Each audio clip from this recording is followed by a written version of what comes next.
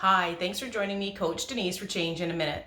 I've spoken previously about the power of our language and the words we use, usually about ourselves and self-talk. But today I wanted to talk to you about venting versus complaining. Venting is something that we do when we've gone through a situation and we want to be heard and validated, and perhaps we want some insight and we want to hear what bounce things off of somebody, get it out of our system. Venting once, healthy. Twice, maybe. But if you find that you're venting to 10 people, you're actually doing something negative to your brain, which actually leads me to complaining.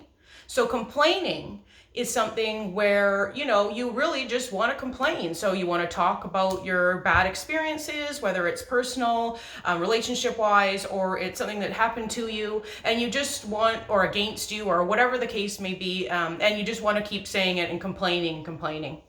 So research shows that long-term complaining, whether listening to it for long periods of time or doing it yourself for long periods of time, can actually change your brain and does change your brain.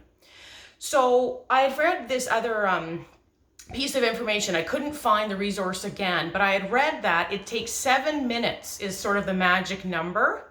So I'm going to encourage you this week, I've started doing it and I think there's some validity to it, is when you've got to get something off your chest or you've got to complain, set a timer for 7 minutes and see how much you can get out and how you feel after that 7 minutes. Could you wrap it up then, or do you have to continue? And secondly, further to that, really you want to make sure you're aware of who and what is getting your airtime.